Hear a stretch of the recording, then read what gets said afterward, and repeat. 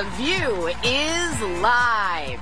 Senator Jeff Flake gives his political view on how he changed the course of the Kavanaugh hearings after an emotional confrontation, and why he still ended up voting for him anyway. And it's Meghan's birthday, so watch what happens live when Andy Cohen hits the table. It's expensive to be mad. And we're treating her to a command performance from her Real Housewives obsession, Erika Jayne. Let's fire up Hot Topics with Whoopi, Abby Huntsman, Joy Behar, Sunny Hostin, and Meghan McCain. Now, let's get things started.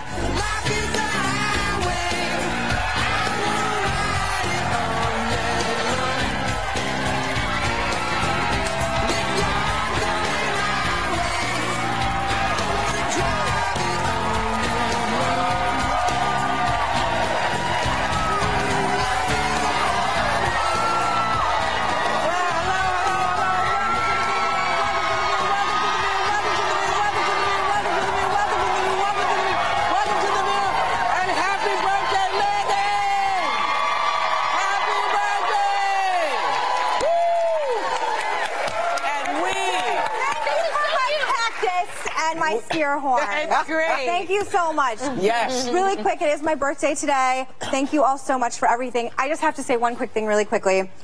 I'm feeling very charitable today. If any of you are feeling charitable, there's a John McCain Endowed Chair in Brain Cancer Research for the TGen glioblastoma research. If you are feeling charitable, I'm happy to be alive today. Go donate to brain cancer research so no one has to go through glioblastoma like my family did. Excellent. Okay?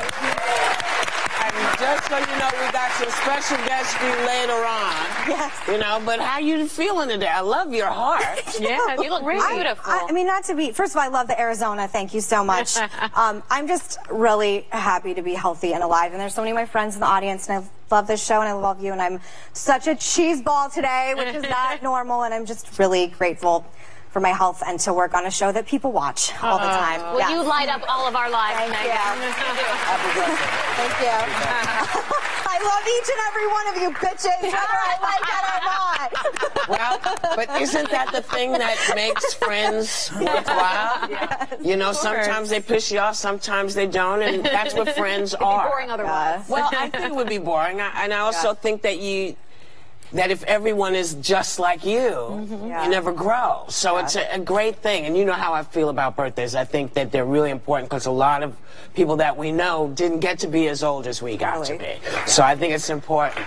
And so we're going to get into some political stuff with Jeff Flake later on. But first, is it actually possible to take politics off the table these days? Because the barefoot Contessa, Ina Garten, who used to work for Presidents Ford and Carter as a nuclear budget analyst, says she never talks politics when she entertains. You think it's getting harder to do? I'm still working on. She was a nuclear budget analyst. Yes. After earning her MBA. She was also a pilot when her husband Jeffrey was deployed in the Vietnam War. I mean, incredible woman. By the way, if I come back in another life, I want to be Jeffrey, her husband. Oh, my God. I don't know if you watch her show. I adore her, and I love her show, and she brings you into her home. She's It's very like in her wheelhouse. you want to live there because it's so warm, and she doesn't talk about politics. When she, Jeffrey's home, my souffle is rising. So excited. And he tastes everything, and he's actually a leading expert in international trade. So after a tour in Vietnam, he worked for the Nixon, Ford, and Carter administrations in foreign policy positions. So they're a real power couple, and she's doing something that she loves, which is entertaining. But and you know what? cooking. There's some people in your life, because we talked about dating someone of different political viewpoints, which I'm all for, but there's some people in your life that you just can't talk politics with. I have family members that we just know. It is so awkward at the dinner table that the minute it comes up, you have to retreat because someone's going to walk out of the room and it's not going to end well. And I think that's common for many there are knives on the table, so you have to. I know. And we've heard this story from other people. I mean, Reba McEntire, Dolly Parton. They're like, you know, I want people to get away from politics when I'm entertaining them. And I think maybe Ina has that same sort of philosophy. But and maybe that works. I think for me, everyone always wants to talk about politics, and I'm sure with all of you too when you go out, because you're talking about politics on TV every day. No, I like to talk and for me, about it. I love it too. It's why we get along, because I always want to fight and debate, and if people don't want to talk about current events, I actually have a really harder time talking about like sweet, sensitive, like cooking. I'm sort of all right, like whatever. But I'm like, what about what's happening in Saudi Arabia? So well, come to my shows because I don't talk about politics. I talk about myself. Yeah. I talk about myself, and I talk about what's happening with my body. Things that used to be up here that are now down here. Things that are going to happen to you, and one of the reasons we're saying this is because I've got live shows coming up. Right. Yeah. In Vegas. Actually, on Friday I'm in at the Westbury NYBC Theater in Westbury, and then I do my birthday date, which will be the 9th this year in Las Vegas. Yeah, now people always get very annoyed with me before they see the show because they figure I'm going to do exactly what I'm doing here. No. I don't sing my movies. No. I don't do lines for my movies. And it's so much fun. I went to see you at the King's Theater, and I had such a good time. It's a good time. It's so much fun. If you want a break, if you want a little break, because I do. I need to remember what's going on in the world and all the good stuff. So I talk about some good stuff. But then I also talk about myself. And for ticket and other info, live tour dates and all that stuff, check out our website. And again, happy birthday, you. We'll be right back. I have one more request. I would like this back. We'll give it to you at the end of the show. It's fun, right? Yeah. It's all about the dragon. Senator Jeff Flake gives his political view.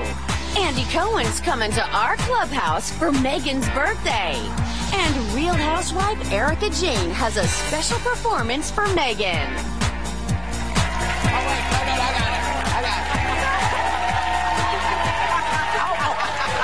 I'm so sorry.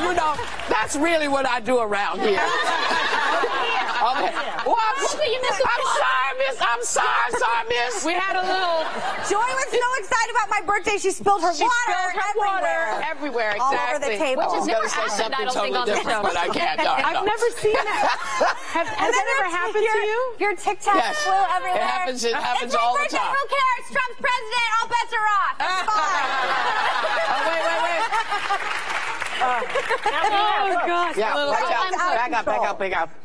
Now, I know you're used to the baby sort of dropping a little wet on you. I'm going to take it. I never get this. I'm always the one cleaning. Thank you very much. You're very welcome. Yeah, don't get used to it. Blog on Elite Daily is celebrating one of the most satisfying ways a woman can end the day by removing her bra.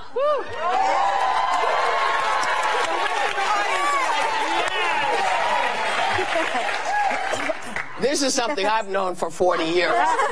But do you agree? I wear my bra until I go to bed, and then I take it off. I know women in the audience are looking at me like I'm crazy. I know, thank you. I don't know. I always do. I kind of grew up like that. My mom always told me, you a proper lady wears her brassiere. But then Whoopi taught me last season that, because I always thought that if you didn't wear the bra most of the day, that your boobies would sag. Yeah, and then you taught me, you were like, that's totally not true. It makes no difference. They're going to sag It makes no difference. So it's like your butt.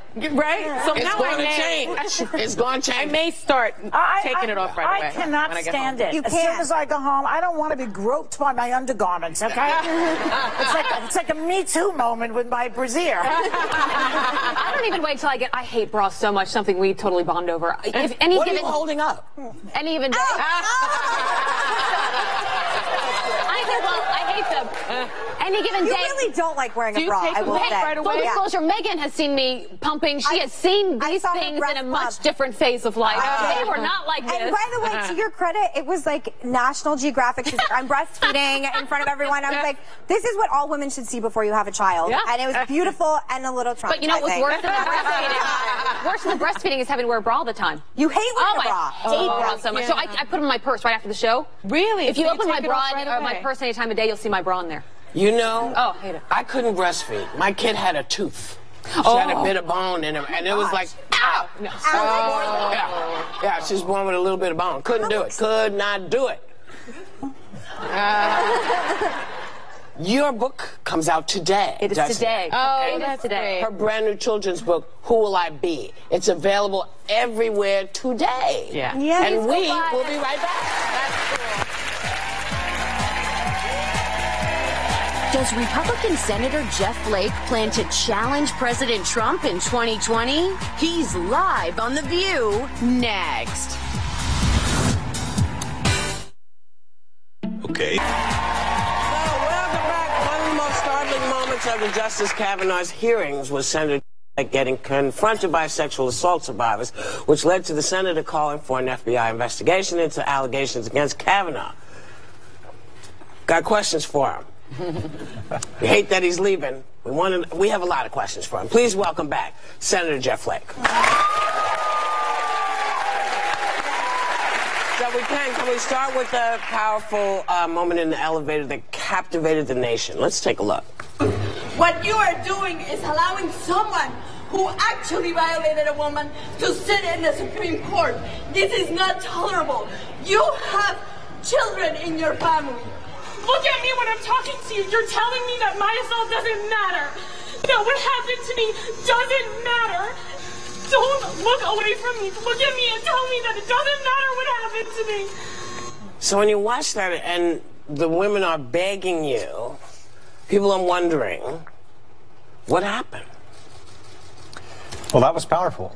The president said they were paid protesters or whatnot. I don't believe that. They had a story to tell, and they wanted me to hear it. And it was effective, too. I was unsettled about the process. I felt that we should have done an FBI investigation.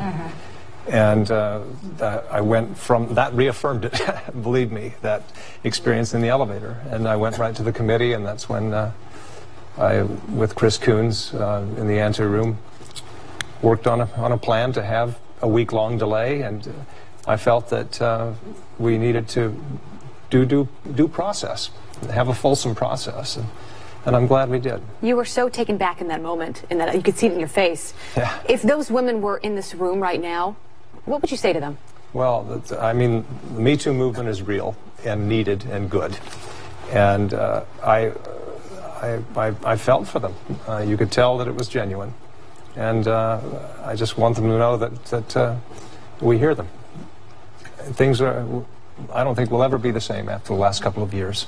No. And certainly, I should mention as well, I received throughout this process calls from friends and extended family and others who I never expected to hear what I heard from them about experiences they had had. I mean, people close to me that I'd known my whole life. And so this has really triggered a much-needed discussion about what's going on in the workplace or elsewhere, and also the reason that people don't come forward immediately. There are many, many reasons why they don't, and it's not as simple as the president says, oh, she should have come forward. That's just simplistic. After the way he made fun of that Dr. Blasey, what woman wants to put herself through that again? So nothing really got accomplished, in my opinion. I mean, I'm going to ask you a tough question. The FBI investigation, a lot of people say it was a complete sham because they never asked Kavanaugh or Dr. Blasey follow-up questions. They never really interviewed corroborating witnesses. It was kind of like a slapdash investigation, in the opinion, asking for a friend, of course. But the scope was narrowed by the White House? It was very narrow, and a lot of people say that it gave you cover to vote for him rather than that you really thought it through in a completely profound way. I would have liked a broader investigation that started sooner. I think that would have been my preference and the preference of many. But to have a week, the Anita Hill investigation took 4 days. So it is possible, and the FBI is fully capable of doing this. And they did. It wasn't a broad investigation, but it was thorough. I wish that the country could have read that report. I don't want to get in the habit of making background investigations public. We really can't do that. But it was thorough for the scope that it was, and it did address and interview everybody that was there, that was said to have been there. It didn't go on to people that were secondhand witnesses, but it went 10 witnesses, I think 11 or 12 interviews for the people that were alleged to have been there, and it was thorough in that way, and it was illuminating. Do you think you should have taken a polygraph test, Kavanaugh? No, I don't think. you get into that. Then you'd have to go back into hers and say, how was that conducted? And you'd put her through that again. I don't think, I think there's a reason, it was in the legal field, why you don't rely on those. Well, but Senator, you know, as a former sex crimes prosecutor, I prosecute cases with just a woman's testimony, because with sex crimes, there typically are no witnesses in the room. And I've convicted every single person based on a woman's testimony. Did you believe Dr. Blasey Ford's testimony under oath before the committee? You know, she was very compelling. He was very persuasive. I don't know. I don't know. I wish I had the certitude that some of my colleagues expressed. But I said before that hearing, we're likely to leave the hearing with as much doubt as certainty. And that's how I felt afterwards. But there was so much ambiguity the way you're describing it. Why not just find another person who had none of this ambiguity? Well, there are many judges out there who are quite capable of the job. Why him? That's a valid view. On the flip side, people would say, with some justification, that if the mere allegation of corroboration is sufficient to disqualify someone, we've entered a new phase that we probably don't want to enter. No, I don't know. I don't know. I don't know is a fair answer. I don't know if I believed him either. I think it's an honest answer. It is. And that's okay, by the way. In the world we live in, it's okay to not know sometimes, or to not pick a side immediately. And that's where politics has gone now. If any senator or any member of the House expresses any doubt or admits that they don't know the answer, or that they might learn something from a hearing. There were only 3 or 4 of us who went into the initial hearing saying that we want to learn what happened in the hearing, and hadn't already announced publicly how we would vote. And that's where politics has gone, because I can tell you, you get it from both sides, and people make the choice in politics now that you only want to be harangued by one side and not both sides. And that's the real problem today. Well, the question that I have for you sort of goes along with, you know, what Sonny asked, and that is, if there's a modicum of doubt, because it's not just what she was saying, but also how people were comporting. Did he say, no, I never drank, and then maybe I drank, and then I kind of drank, and then I think I might have passed a beer once? When you have all of that, does that not give, is that not enough reason to take a break and say, maybe we need to get a different candidate? What's the woman's name? Amy Coney Barrett, or I personally liked Mike Lee as Justice. I did too, yeah. You know, so why stick with this one when there's so much doubt, when you have 2, you know, who are probably going to serve you as not you, but serve the country as well? Why stick with this one? If you had doubt, because I think I heard you say, I'm not sure, I don't know who so I'm just curious. Sure, and that's a valid position that you can take, and some did take that position. But you have to think as well, if you have a situation, which we're in now, where it's totally partisan going in, if allegations alone are enough to disqualify somebody, where does that leave us? He was, and when you look at his record on the court, on the D.C. Circuit Court, for 12 years, stellar record, a model of decorum and decency. And that's where you weigh, and I didn't like his interaction with some of the senators, in particular Klobuchar, and I thought, but then you weigh that against what he has done when he was on the court. And when you ask those that he served with, his colleagues, his clerks, and others, he was a model of decorum and decency, and I think that should count for something as well. But sexual assault, we have to go. All right. We'll be right back with Senator Jeff Flake. We'll be back.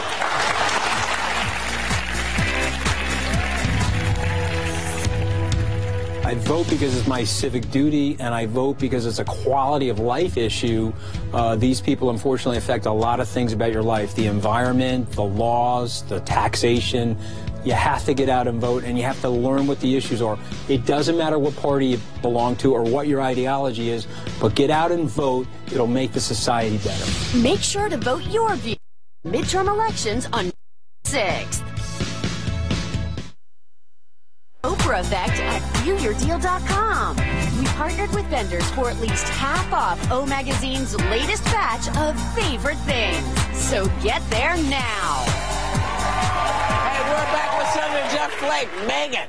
Yes. Okay, so... Let me just say there's no audience like this on C-SPAN. I'm very happy you're here. Look, I was so happy you're here for my birthday. We are old family friends. I saw you the day before my dad died. You were up in Sedona with me. I don't want to reveal the conversations we had, but one of them was about you being on the field when Congressman Scalise was shot. You recently just had a man who was indicted for threatening to kidnap you and your family. We come from the same school of thought that politics should not be personal. It certainly shouldn't be violent. We should find more in common than apart. How do you feel right now? I'm so sad you're leaving office. Well, it's terrible. The threats, like I mentioned, now you get them, if you express any thought about something, you get them from the right and from the left. But your father, during the campaign for president, when the woman denigrated Barack Obama, and he took the mic and said, no, he's a decent man. You contrast that with what would happen today if that same thing happened, and that's where we've gone, where your political opponent is somehow your enemy. And I mentioned on the ball field that day, as I turned, as Steve Scalise was shot, and somebody yelled, "Shooter, shooter," I turned toward the dugout and watched the bullets pitch off the gravel in front of me. And the thought I had was exactly that. Why us? Why? How could somebody look at a bunch of middle-aged men playing baseball and see the enemy? And that's where we've come in politics. Well, people see the power behind that. They see that these baseball players have power, and that's the part that makes them crazy, I guess. It's just, it's out of control right now. It is. Can we reel it back? I think so, but it has to come by example, and it won't come as long as the president continues to denigrate people and ridicule people. So I'm not saying and fight. Well, I can tell you this: if there is no room for Trump skeptics, let alone Trump critics, in a Republican primary these days. That's unbelievable. And that's the way it is. That's on us also. That's on us, the voters. It's on the voters. We allowed this to happen. Moderate Republicans, come out, please come out wherever y'all are, because we desperately and keep people like Senator Flake in office. Well, we understand that you're old family friends, and you've brought something for Megan. Well, let me just say before I get this. If John McCain could have put The View on in the Senate cloakroom every day, he would. There was nothing that made him happier than to talk about your success. Who was the new John McCain in the Republican Party? You know, who's not quitting? It's not here yet. Oh, there are the people. You had Ben Sasse on last week, and Ben's a thoughtful guy, and there are some who will rise up. We have to. We have no choice. Somebody needs to rise up. But let me just say, when I spent time with John McCain campaigning or traveling overseas or whatever, nothing made him happier than to get calls from his family and to see him light up like that. And I miss him horribly, and I know you do too. But wanted to and you're bring such a good friend. You just are. You're so great.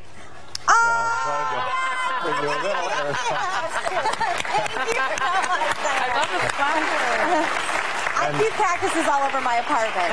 And I want you to know, my wife, who's here in the audience, and me, took your advice for your birthday and made a contribution to the John McCain Chair at TGen to study brain cancer. Thank you very much. How about 2020? Can we see any? Are you revisiting Iowa or New Hampshire in 2018? I've been to New Hampshire a couple of times, but just for the weather. Oh my gosh. Really? I do hope that somebody runs on the Republican side, if nothing else, to remind Republicans what we used to be and what we will need to be again, and what decent politicians look like. So. Come back. We might not agree on a whole lot of stuff, but you are an honorable man. And that is what politics is lacking. We want to say thanks to Senator Jeff Flake. We'll be right back.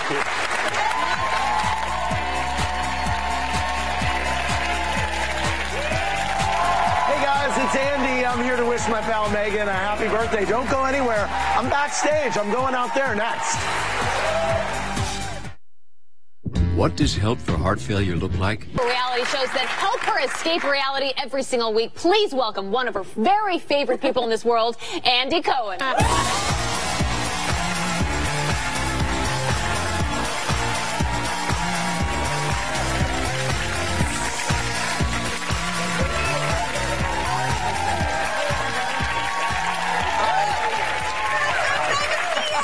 Happy birthday! Thank you.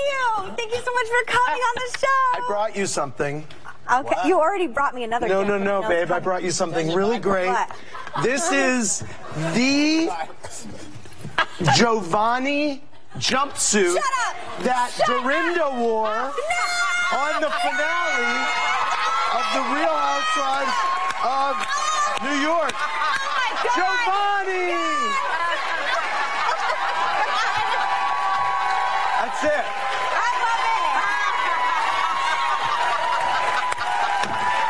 If you watch the New York Housewives, you know what a huge deal this is.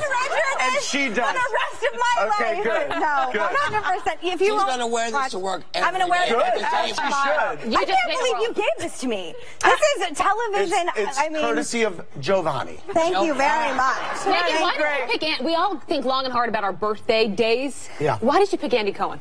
Well, first of all, I mean, I adore you, and we've been friends for a very long time, and you've been always supportive of my career, even when people were skeptics. And I mean, selfishly, the Housewives are such an incredible escape in my life, and people belittle reality television. I binge-watched Dallas Housewives after my dad died, and I couldn't get out of bed. Watched all 3 seasons. Oh my God. Up to about... Please keep this show on the air. Oh, it's not going anywhere. Yes. Television, and I think that pop culture is just as important as politics and anything more serious in our lives. And Andy, you said that you love talking politics with I love Megan. talking politics with Megan. We don't always agree, but I can have a reasoned conversation with her, and I think we both take things away from each other that we didn't know before, and I think that's where we need to be kind of as a country, sitting down and hearing each other. You're also very much more political, like you can talk about politics much more than I think people realize, because you don't do it that often on TV. Right. But you know what you really want to ask. Go ahead. Okay, I really want to talk about Joe Giudice. Yes, that's okay. a good one. So the Dallas housewife, or not Dallas is still on my mind, Jersey. Yes. Is he being deported? Her husband. Apparently, the judge ruled that he was. I was stunned. The guy's done his time. She did her time. And I just, you know, he's lived here all his life, but he's technically not a citizen. So that was the ruling. It seems like they've paid back the money and they've done their time. I wish that they could find a way that he could stay here with his daughters and his wife and kind of give back to society in some kind of a meaningful way. It's hard to feel sorry for him. He's going to Italy. Big deal. Yeah. It's not like he's going to Syria, you know? His daughters aren't there, so well, they can go have one of your men. All right. Just so you know, these are Tic Tacs, because people once questioned what people were eating on our Oh, I was hoping it was something more interesting. I thought it was Percocet. I wish. Don't you know there's a epidemic? I know, it's not My funny. God. I agree. My Lord, Andy. Yes. My Lord. Yes. Last time I saw you, we were in London. Yeah, about a week ago. About a week ago, yes. And your speech, you said something that I thought was interesting. You talked about London as being a very special place, having a very special place in your heart. Tell everybody why. I studied abroad in London, and I was, believe it or not, there was a time when I was in the closet. And I was really, but that's where I came out of the closet. And it was a time where I was I thought that my family and friends were going to disown me. Yeah. And I didn't think that I would be accepted for who I was. And there I was in London, and I found myself accepted, and I've never felt more free in my life. It was this weird moment before I had come back to the States and come out to my family and friends who wound up holding me in their loving arms, and everything worked out beautifully for me. It doesn't for everyone, but it was a beautifully freeing experience for me being there, and it always is when I go back. I love it. Well, here's another freeing experience for you. Yeah. You and Anderson Cooper have been, you know, doing some touring. We have. The two of you sit in Yak, right? We sit in Yak, and we're going to be at the Coliseum in Las Vegas Friday night. This Friday. It's huge. Wow. Road trip to Vegas, everybody. If you're looking for something to do this Friday night, we're so excited. to a bar with me and Anderson and hearing our best stories that we would never tell in polite society, but we kind of do. And we encourage everyone in the audience to drink liberally. So Watch What Happens Live has been on for almost 10 years. But I love you for the reunion shows. Southern Charm is what Megan knows, one of my favorite shows of all time. We bond over this. Yeah. You spoken to him. I don't actually know much more than you do about the situation, but he's not going to be on the show next season, and it's certainly unfortunate. That show is a trap. You always get me to say stuff, and then I get in trouble. Watch What Happens Live. No, that's not what What's your trick? How do you pull it out of people? Yeah. Well, alcohol, and also you know what? I saw that there was an opening in late night because it was such a friendly environment late night. I realized no one was really going there, and Howard Stern's kind of my broadcasting role model, and I like to go there and ask the questions. And it's also live. We're the only live show in late night, so that's what we're all about: fun and getting people to kind of spill the tea. Thank you. It is. I love when you come. I love it. All right, well, you can watch What Happens Live with Andy Cohen Sunday through Thursday nights on Bravo. And Andy, you're sticking around. I can't wait. Because we're going to celebrate Megan's birthday with a performance from, guess who? Erika Jayne.